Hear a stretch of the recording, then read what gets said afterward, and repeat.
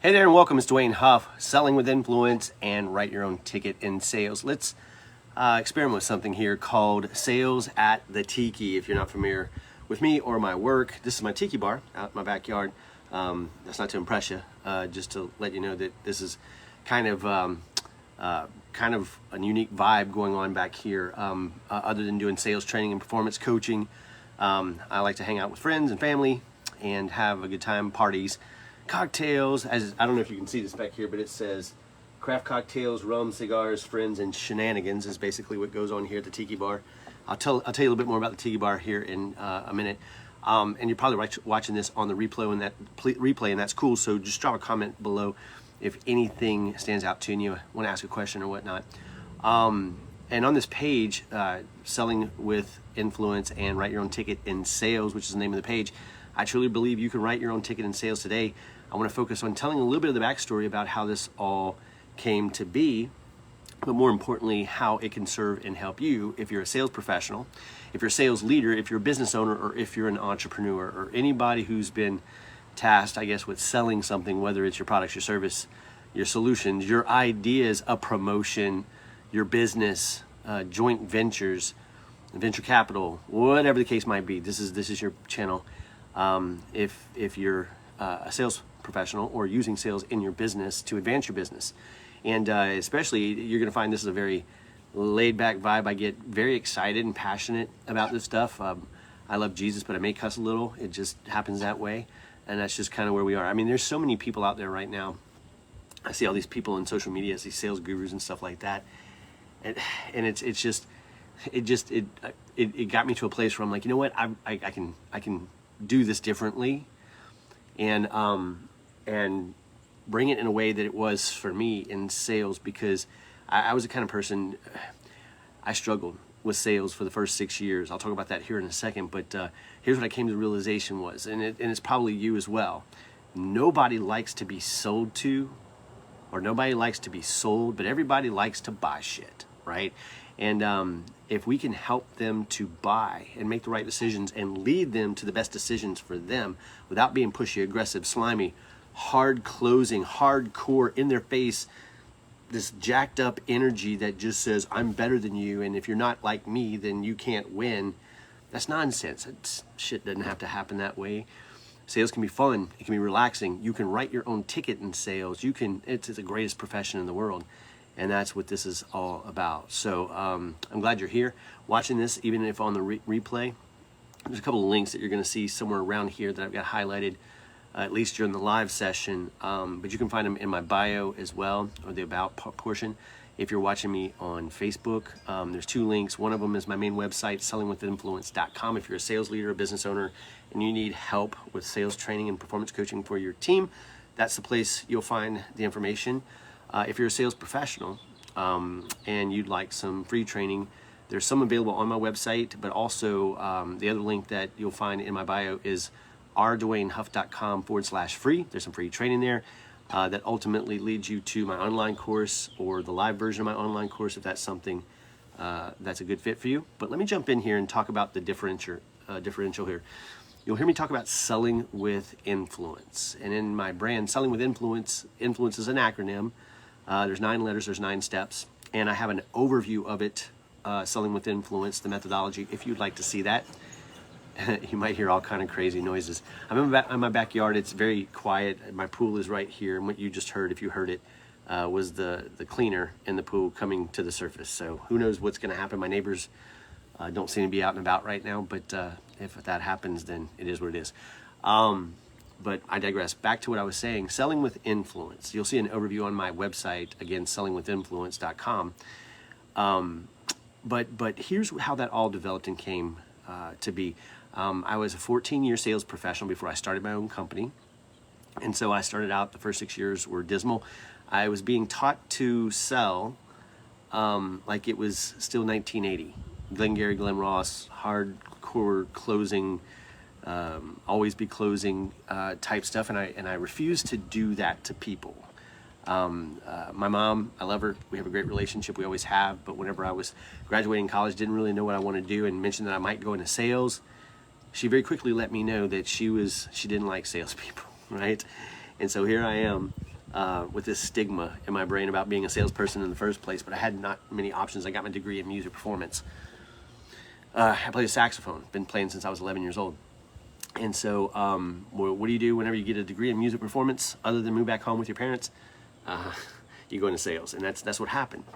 I landed in a great company, and I had some great mentors. It was an inside sales job, but there wasn't any commission, so it really wasn't sales. It was just more of a customer service, learn the ropes of sales type thing.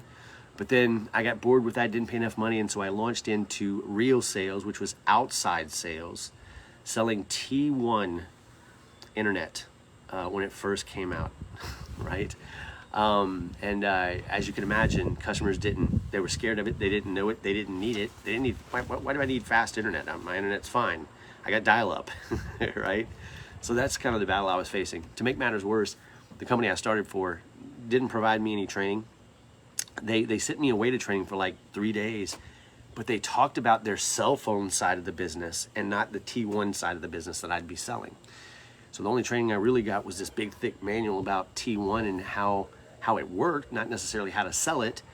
And then my managers were like, here, read this book. Here, check out this tape. Check out this video, and just do what they're telling you. Old school gurus that probably hadn't sold anything in 10 plus years. And again, they were teaching me to be aggressive, manipulative, hard closing, and I refused to do it to people. So I went through that job in nine total jobs in a 6-year period of time, because I didn't have good leaders, I didn't have good mentors, I didn't have good trainers, I didn't have good people in my life that would actually show me how to sell. And then finally, thank goodness, in year 7, out of pure desperation, I reached out to somebody who lived in my apartment complex, who worked for a cell phone store, Verizon Wireless, and I got a little bit of training about the product we were going to be selling inside the store, but my mind was like, hey, wait a minute, if they're walking through the door, this isn't a hard sell. If they're walking through the door, it's not because they don't have anything better to do, it's because they're thinking to themselves, I need a cell phone. And so that was an easy exchange for me. And so they gave me some training. I came back. My manager was wonderful. He said, hey man, just treat people the way you want to be treated. Do what you feel is right and sell the way that you want to sell. And it worked. You know, I no longer had this pressure and this expectation of doing weird stuff to try to manipulate people into a sale. So it worked out. And so I spent 2.5 years there and started to cut my teeth in sales the right way. And accidentally stumbled across my selling voice on an accident. Now, I don't know if you can hear what's going on here, but the wind's blowing and I've got a flag right here that's whipping in the wind. So if you hear noise right there, that's what it is, just to let you know. And accidentally one day I woke up for work at about 8 o'clock in the morning. I didn't have to be there until 12, but I was suffering with allergies or something like that. And I was like, I'm not gonna make it, I gotta get some medicine. So I went to the store, and I picked up a pack of Dayquil. Never had it before. I had NyQuil. I had never had Dayquil. I said, this stuff should be pretty good. I hear great things. So I go and get it at about 8 o'clock when the store opened. Took one. Waited about 30 minutes to an hour. Didn't feel any better. Took another one. Waited about another 30 minutes. Took another one. And just for good measure, right before I walked into work, I took another one. Well, an hour into my shift, I am feeling high as a kite, no pain whatsoever. And something changed about my interaction with the customers that day, as you can imagine, right? I don't know if you ever worked with the public, but it can get very annoying when the same silly questions keep coming at you. They ask ridiculous stuff, they say the craziest things, and you just get annoyed, right? Or at least I was. This day, again, I wasn't feeling any pain. Nothing bothered me, from the phone calls that I picked up to the people that I was talking to, but I'd made a decision in my mind, hey, I'm feeling pretty good. I'm just going to enjoy this day. I'm not going to work very hard. If anything, I'm going to make the customers work hard, and I'll just help them do whatever they need to do. As it turns out, though, because I was so laid back, so detached from whatever happened, I didn't care that day if I made a sale or not. I really did not. And because of that detachment, and because I was committed to not having to work too hard, whenever I would engage with a customer in person, when they came through the door, I'd ask them a simple or basic question about, hey, what brings you in today? How can we serve you? And they would open up and they would start talking, and I may ask them a few more questions, but I kept throwing it back in their court because I knew if I sold them, Then I'd have to take them over to the desk, do the paperwork, fill out the computer. It would take a long time. I'm like, I'm not doing this. I'm just gonna listen. Which actually ended up working in my favor. I think I sold more in that one day than I had it any other day since I'd been there. And then it dawned on me later, wait a minute, if I simply ask questions, if I'm genuinely concerned, if I let go of the outcome, if I detach myself from the sale, knowing I need a sale, but I just don't need this one, and if I just let them express and open up, they talk themselves into why they need the product or the service. So I stored that away. I started selling more that way. And then one of my mentors told me one time, he said, Dwayne, here's the thing. If you have to close, you don't know how to sell. Which blew me away because all the books and CDs and tapes and stuff I'd been given were talking about you always have to be closing, right?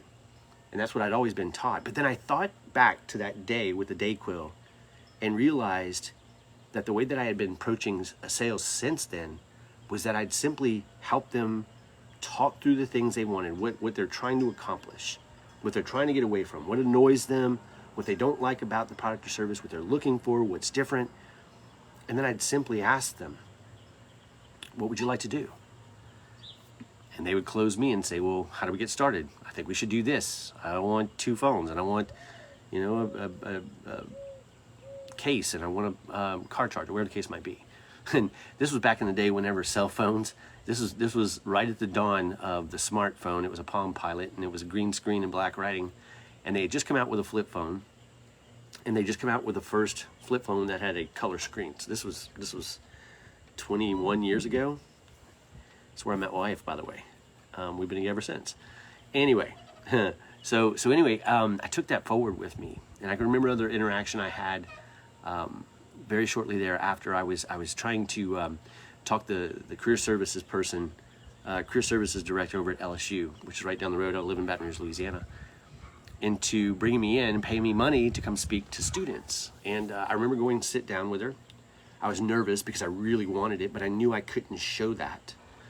So I just had a human conversation with her and basically did what I had learned how to do up until this point in my sales career. And I went in there and I made the connection, built a little trust and relationship with her, and just shared a little bit about my story and why I wanted to help and serve students and help her. And then I listened to what she was trying to accomplish, how long she'd been there, what her passion about the whole thing was, and what she was trying to do. And the funny thing was, at the beginning of our conversation, she's like, Dwayne, even if this works, I don't have any money. I can't pay you. And I'm like, that's no big deal. Let's just have a conversation, see if it's a good fit. I'll come out. And if I need to, I'll do it for free, and I'll do it for the experience and to capture video. But we sat there and we talked for about an hour. I didn't push. I didn't try to close her. I didn't tell her we need to do this and convince her or persuade her. And I really want you to take that away as a sales professional. The more you detach, the more you just listen and understand and ask questions and be genuinely concerned about their outcome more than you are your own outcome. Hopefully you can facilitate a win-win outcome. But I listened and I understood and I demonstrated that understanding and I suggested how we might potentially be able to make that happen. And at the end of the conversation, without me making any mention of it, she says, well, Dwayne, what's your fee? What's this going to cost us? And I think it was, I think it was in the neighborhood of $3,000. And she said, well, here's, I said, well, what do you want to do? And she says, here's what I'm going to do. Again, I didn't have to close her. She closed me. Unless you consider me saying, well, what should we do now? A close. But she said, here's what I'm going to do. I'm going to reach out to 4 or 5 different organizations. I know some people on campus who probably have some money. We'll pool our resources and we'll see if we can bring you in. It's a pretty good shot. We'll shoot for April. I said, fantastic. When would you like me to reach out to you? I didn't do what so many salespeople try to do. I didn't try to get her on the calendar. Well, look, while we're here, why don't we get on the calendar and set a backstop meeting or some stupid shit like that? I respected her. I asked her, I said, what's your time frame? And here's what I'll share with you as a sales professional or someone who's selling their products or services. Is it a good idea to book a meeting out of a meeting? Absolutely. But more importantly than anything, honor them. Honor their time frame. And there's some key questions you can ask all along the way that gets them to feel this sense of urgency so that you don't have to push, right? And I cover that in my online course and in my programs. And again, if you are looking for a way to be more effective and consistent in your selling, a couple different resources. One is over at rdwaynehuff.com/free. There's a free training that I do at the Tiki Bar, and then it leads to my online course. You don't have to obviously make that investment if it's not right for you. There's a 30-day money-back guarantee, though. But if you have sales professionals or a team that you need help with, I show them how to ask these questions very methodically, very intentionally. That gets the customer to go from, I'm good, this isn't really a need I have, I don't have this problem, to, oh my goodness, I didn't realize how big this was, I need to change this. What do we do to get started? But that's a much deeper dive. But that's what I learned through that process. And then after that 2.5 years at Verizon Wireless, I stumbled into a highly sought after profession, pharmaceutical sales. And I was there for 6 years. And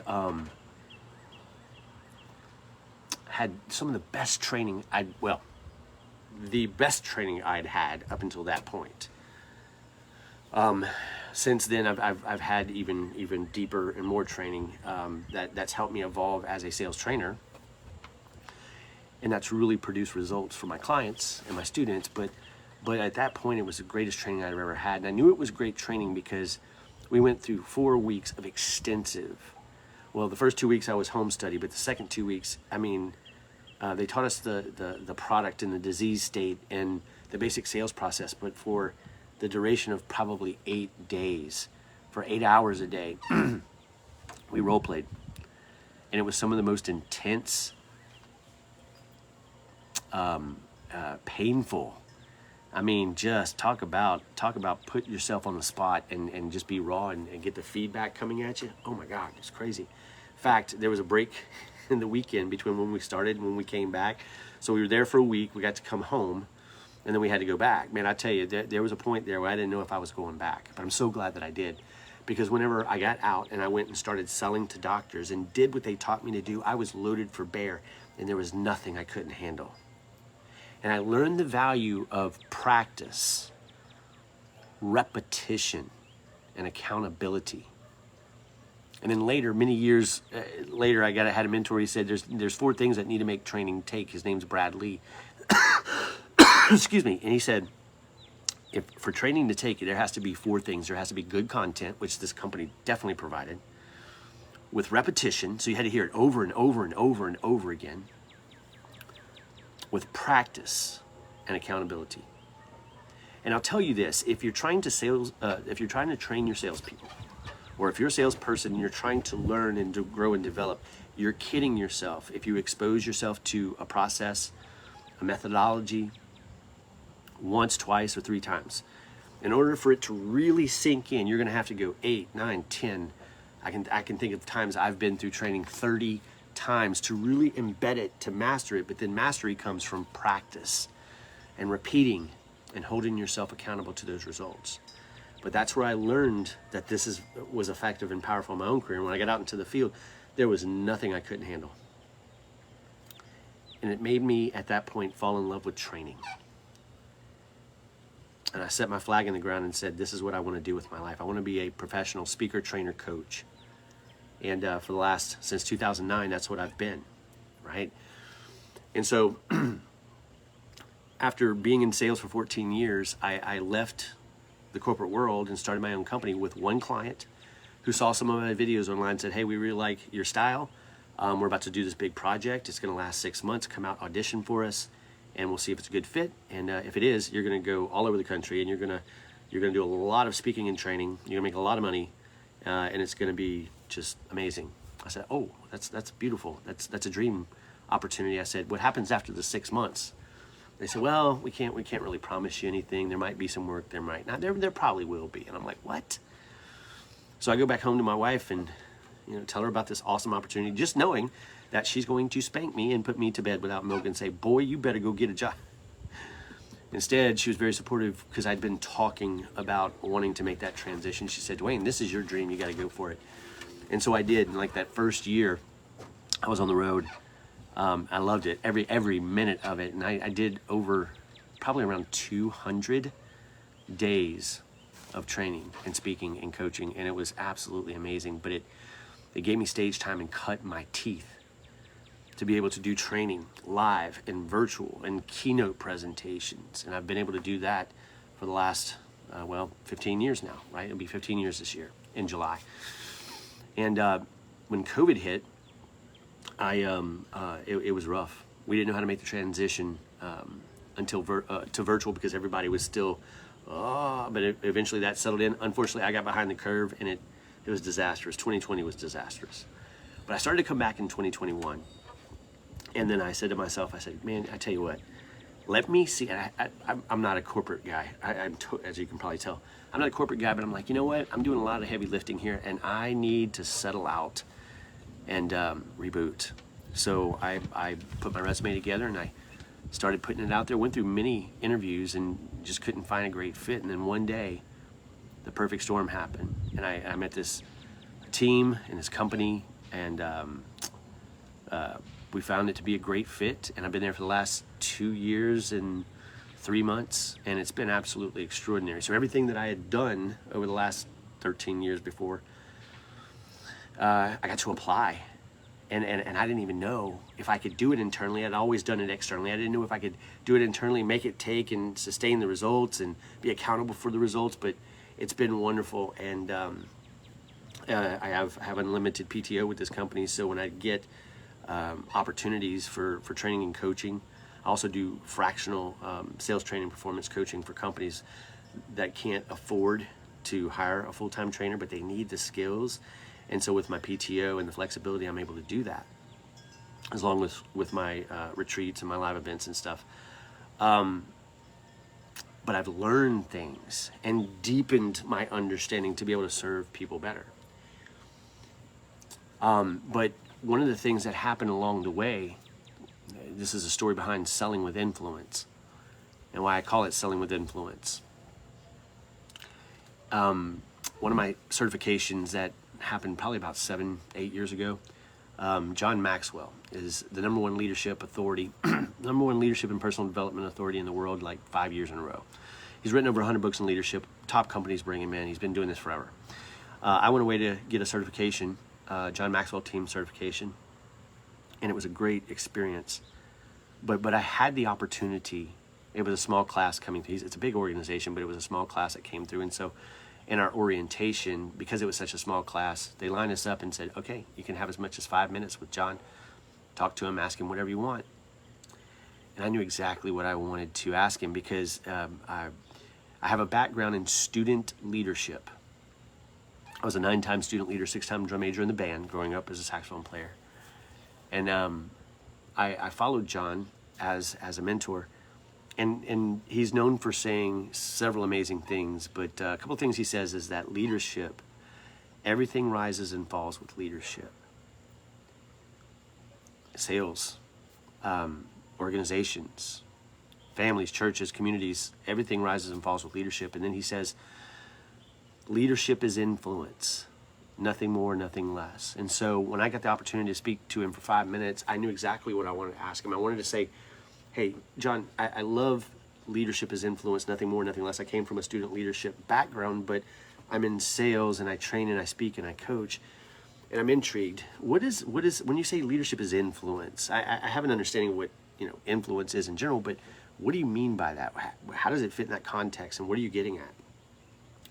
He said, Dwayne, have you ever tried to do something for somebody, give something to somebody, offer something to somebody in the process of selling? Or create something for somebody, only to have them say, nah, no thank you, no on it, we're going to go in another direction. I said, yes. He said, how does that make you feel? I said, rejected. He says, why does that happen? He says, because you're trying to give them something they don't value. But there's already something that they do value about their experience, about their outcome, about what they're trying to accomplish, about their life, about their business.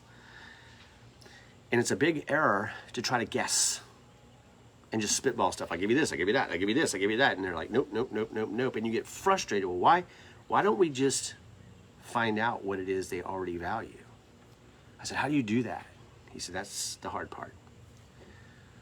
He says, you have to check your ego. You have to let go of your position and your title.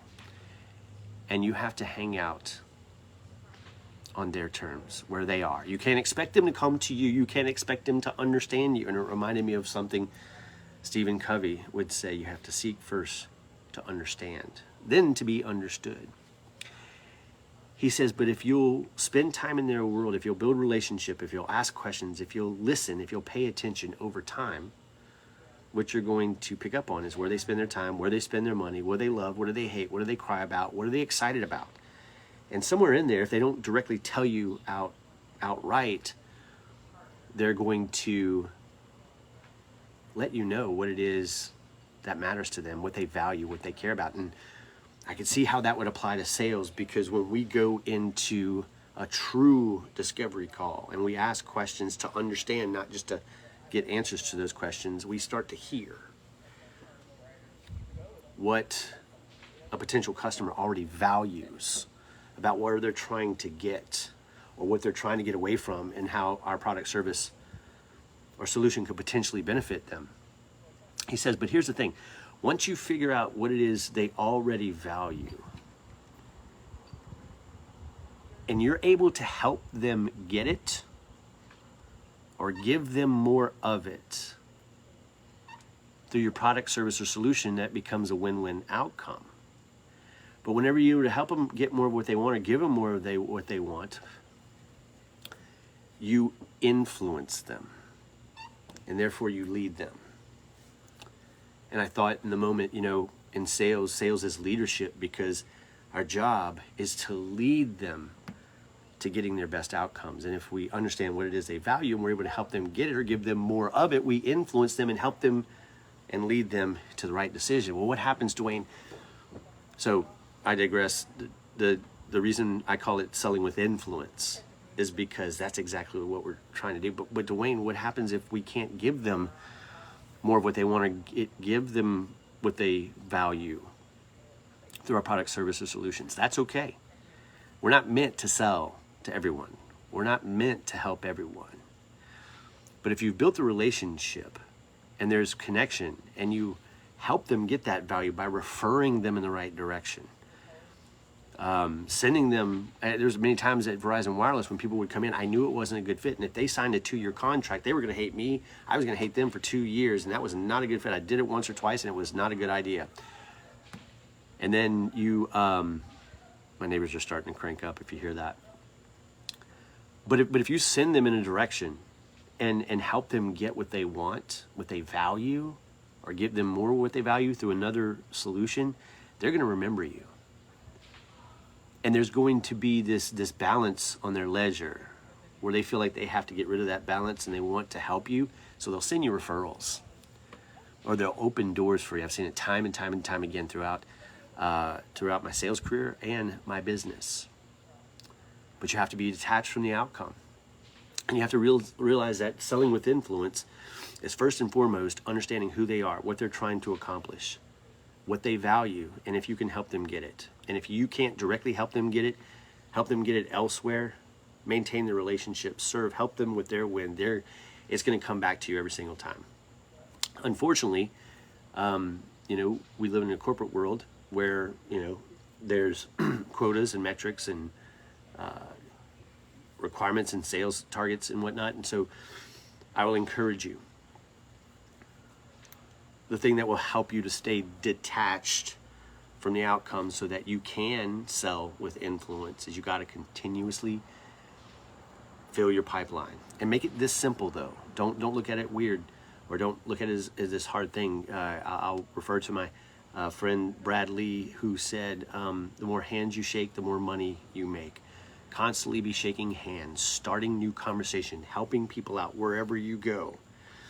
I got a friend who's a real estate agent. His name is Dave Manafari, and great guy. He's absolutely wonderful.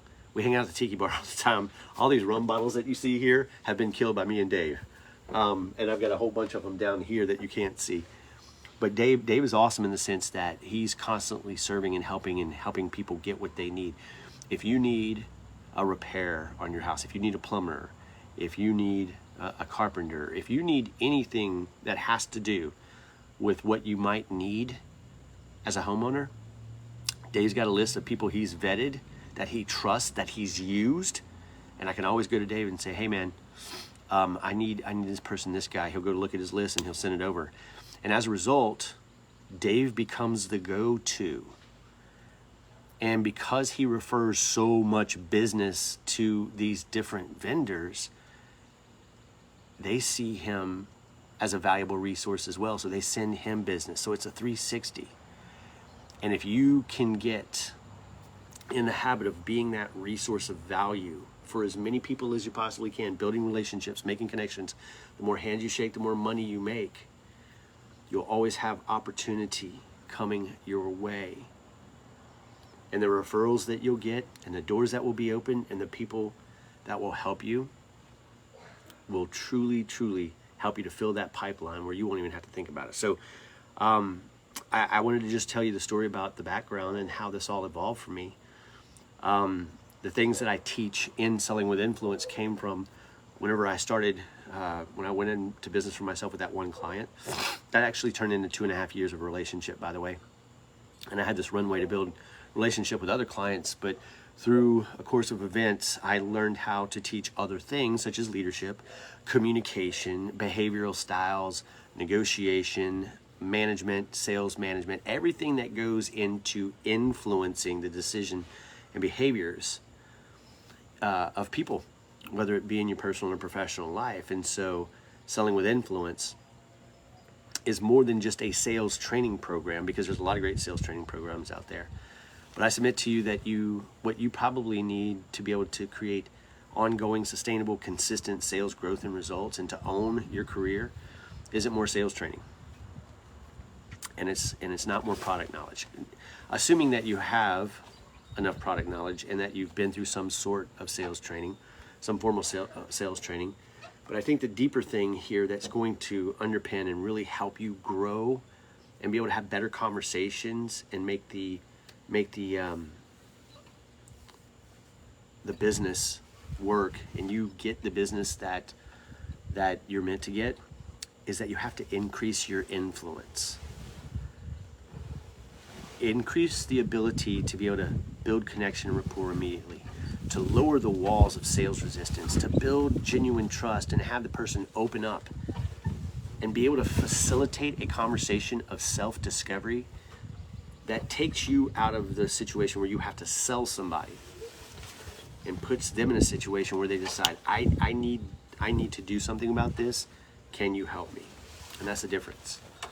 So I hope this has served. Somebody told me one time, people won't hear you until they feel like they know you. And so if you're on my Facebook page, I also have YouTube, but I'm creating content so that you guys can understand why I do this, how I might potentially be able to serve you, but to understand how this can potentially help you write your own ticket and enjoy the sales process and enjoy your career and lead your sales team. Same thing applies. Find out what they value. I'll close with this story where I saw this applied like I could never even imagine. Even before I had the conversation with John Maxwell, my sales manager at Abbott Laboratories, the second pharmaceutical sales company, demonstrated this better than anybody I've ever seen. And her name is Cheryl Moody. And Cheryl, if you're watching this, thank you for being who you are and who you were to me as a leader. One day, Cheryl, I'd been working for her for a year, and I came out of the gate swinging for the fences, doing everything I could to impress her and to win. So we get to our first annual review, and this was the first time I'd ever had an annual review from a company. It was Big Pharma. And she said, hey, look, you've done a great job this year. And I'm going to give you an AE, achieves expectations. She says, but next year I want you to be able to achieve EE, which is exceeds expectations. So how can we get there, Dwayne? Because I really want to see you grow. I said, I don't know. I've busted my ass to do everything that you've told me to do. I don't know if there's another level here. I'm giving everything I got. And in that moment, Cheryl realized she wasn't talking. She was talking about her agenda and what she wanted and what she valued. How many times as a sales leader have you been thinking about, I need to get this person to this so that I can achieve my goal? And I'm sure Cheryl was thinking that in that moment, but then she realized, wait a minute, I got to come from where he is. I can't push him to my performance standards unless I pull from him what he values. And that's exactly what she did. She put her computer aside. She said, Dwayne, she said, let's forget this for a second. She said, different topic. She says, what do you want? It's $1 million question. What do you want? She says, because you're doing a great job here, but I get the sense that this isn't the end of the road for you. And what do you, in your career, in your life, what do you aspire towards? And I said, really? And over the years, she'd built such, I could tell her anything. I knew I could. So I said, really? She said, yeah. I said, Cheryl, since I was a student leader and saw a leadership speaker for the first time, and then when I experienced the wonderful training I experienced at that first pharmaceutical company, there's only one thing I've ever wanted to do: speak, train, coach. Because I have a passion for it. She goes, really? I said, yeah. She goes, well, why don't you become a trainer here at Abbott Laboratories? I said, I've already looked into that. It's not going to happen.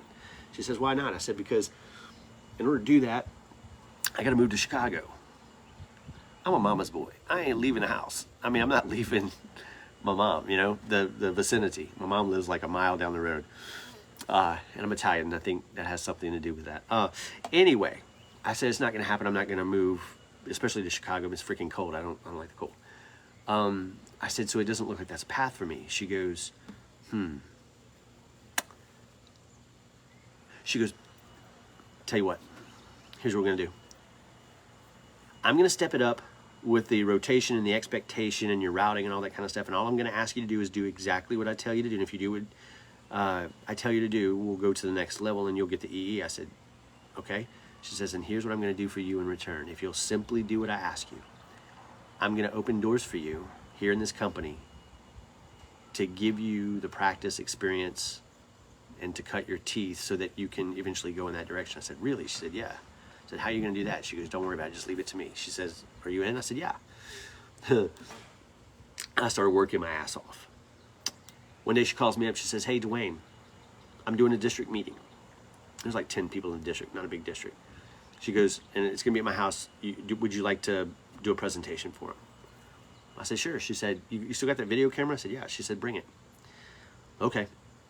So I prepared. I was so nervous. And I went to her house, and I set up the video camera in the back, and I gave a speech. I can't remember what it was about. And it was probably about 10, 15 minutes. And the district clapped for me. It was on video, and I felt so rewarded. So I went out and I hustled some more. About a month later, she calls me up.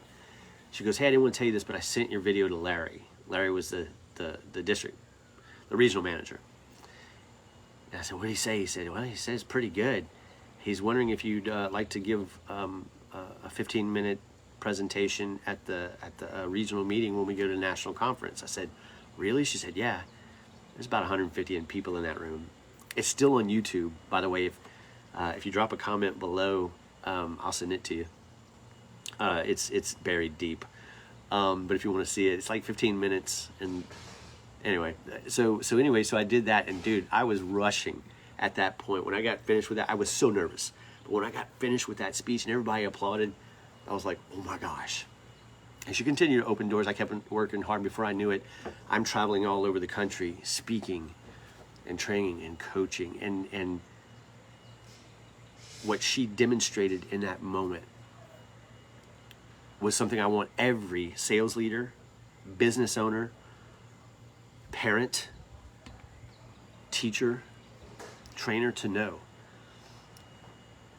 Homer Rice was a collegiate athletic director and football coach, and he once said, you can motivate by fear and you can motivate by reward, but both of those are temporary. The only lasting thing is self-motivation. And many years later, I was in a coffee shop, and I heard a guy say to somebody he was coaching, he said, self-motivation is person-specific. So if the only lasting thing is self-motivation, and self-motivation is person-specific, then you have to realize your sales team, every single person has their own drivers and motivations. And that day, Cheryl Moody was able to pull mine and attach it to her. We've got it backwards, sales leaders, business owners, CEOs.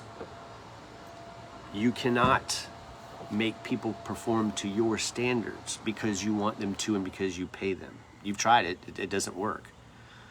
But whenever you find out what drives and motivates them and what they want, and you show them how to get it and help them to get it, they will go through the wall for you.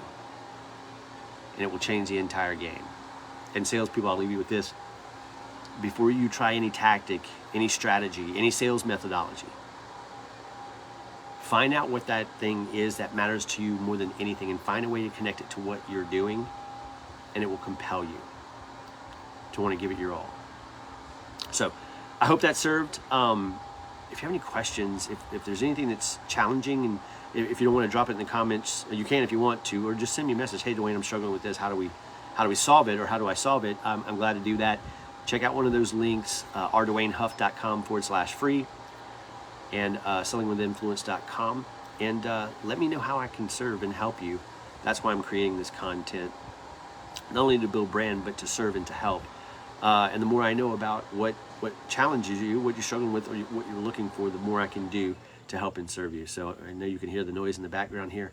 Sounds like a vacuum or a leaf blower of some sort, but I'm going to bail. Stay tuned. Check out my YouTube channel at Selling with Influence. And remember, you can write your own ticket in selling, in sales. You just have to be able to increase your influence. Find out what they value, help them get it, or give them more of it, even if it's not your product, service, or solution. And if it is, you create a win-win outcome. But fight for their win harder than you fight for yours. Let go of the outcome, and you will write your own ticket and completely dominate and take ownership of your sales career. Have a great day. Let's talk soon. Bye-bye.